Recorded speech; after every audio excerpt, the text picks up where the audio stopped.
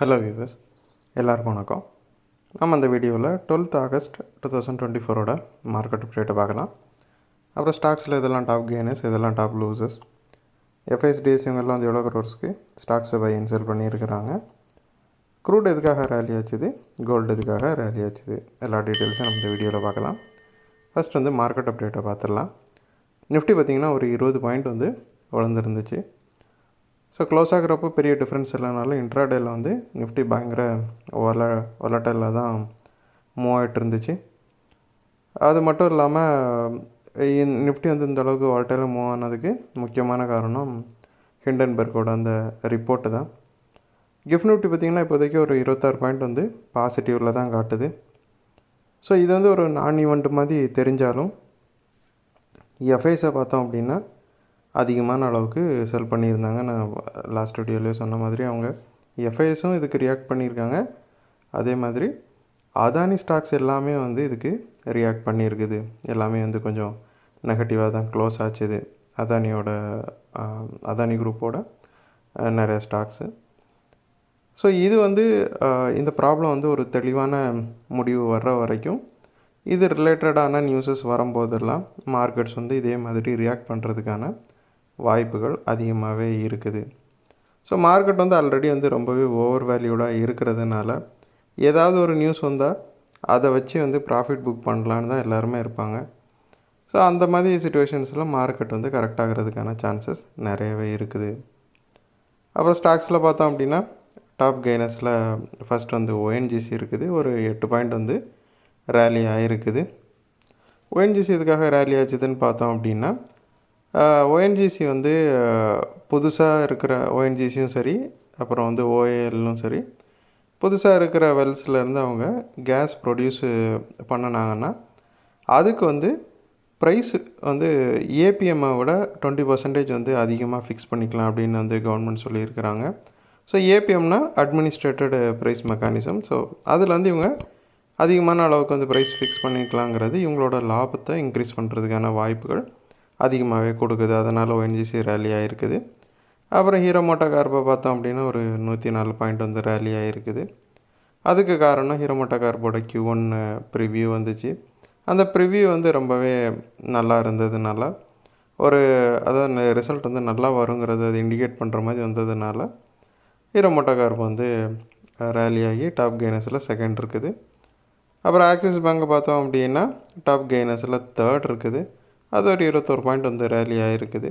Axis bank அப்புறம் maths life ரிலேட்டடான ஒரு பிஏஎல் வந்து கோர்ட்டில் இருந்துச்சு. ஸோ அதை வந்து கோர்ட் வந்து ரிஜெக்ட் பண்ணியிருக்கிறாங்க. அதோட இம்பேக்ட்னால ஆக்சிஸ் பேங்க் வந்து இந்த அளவுக்கு ரேலி ஆகிருக்குது.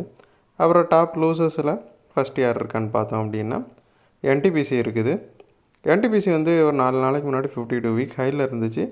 அதனால் கடந்த 4 ட்ரேடிங் செஷனாக வந்து ப்ராஃபிட் புக்கிங்னால என்டிபிசி விழுந்துட்டுருக்குது. அப்புறம் அதானி போர்ட்ஸை பார்த்தோம் அப்படின்னா ஒரு 32 பாயிண்ட் வந்து விழுந்துருக்குது. ஸோ இதை நான் ஃபஸ்ட்டே சொன்ன மாதிரி ஹிண்டன்பர்க் ரிப்போர்ட்டுக்கு வந்து அதானி ரிலேட்டடான ஸ்டாக்ஸ் எல்லாமே ரியாக்ட் பண்ணியிருக்குது. அதோட இம்பேக்டில் தான் வந்து அதானி போட்டும் இந்தளவுக்கு விழுந்து டாப் லூசர்ஸில் செகண்ட் இருக்குது. அப்புறம் டாப் லூசர்ஸில் தேர்டு பார்த்திங்கன்னா டாக்டர் ரெட்டிஸ் லேப் இருக்குது. அது ஒரு 126 பாயிண்ட் வந்து விழுந்துருக்குது.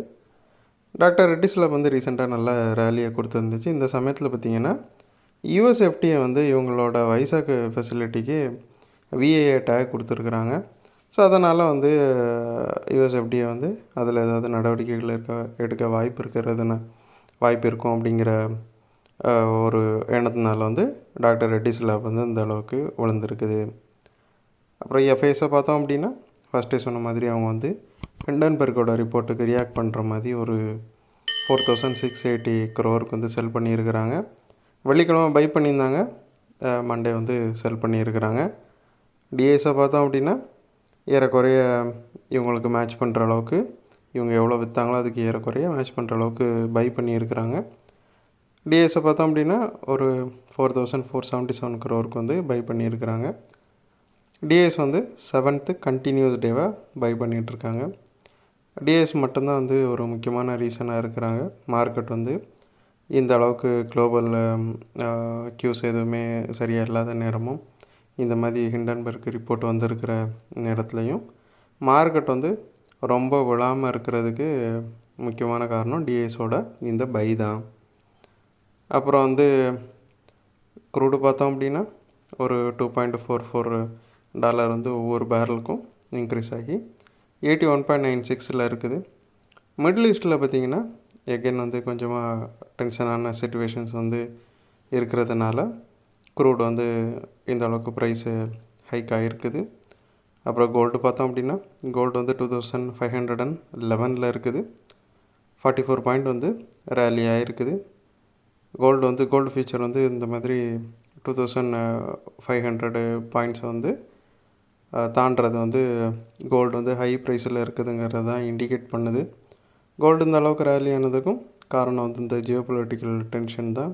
அது மிடில் ஈஸ்ட்டில் க்ரோ ஆகிட்டு இருக்கிற அந்த டென்ஷன் தான் வந்து கோல்டை வந்து இந்த அளவுக்கு ரேலி ஆகிறதுக்கான வாய்ப்பை கொடுத்துருக்குது. ஸோ இந்த வீடியோவில் உங்களுக்கு கொடுத்த இன்ஃபர்மேஷன்ஸ் எல்லாம் கண்டிப்பாக ஹெல்ப்ஃபுல்லாக இருந்திருக்கும் நான் நம்புகிறேன். இது உங்களோட ஃப்யூச்சர் ட்ரேடிங் செஷனுக்கு கண்டிப்பாக ஹெல்ப் பண்ணும். இந்த வீடியோ உங்களுக்கு பிடிச்சிருந்துச்சின்னா லைக் பண்ணுங்கள், ஷேர் பண்ணுங்கள், மறக்காமல் சேனலுக்கு சப்ஸ்கிரைப் பண்ணுங்கள். அப்படியே இந்த பெல் ஐக்கானை கிளிக் பண்ணிங்கன்னா டெய்லி அப்டேட்ஸ் தவறாமல் கிடைக்கும். தேங்க்ஸ் ஃபார் வாட்சிங், கீப் சப்போர்ட்டிங். நான் இன்னொரு வீடியோவில் உங்களை சந்திக்கிறேன். தேங்க்யூ.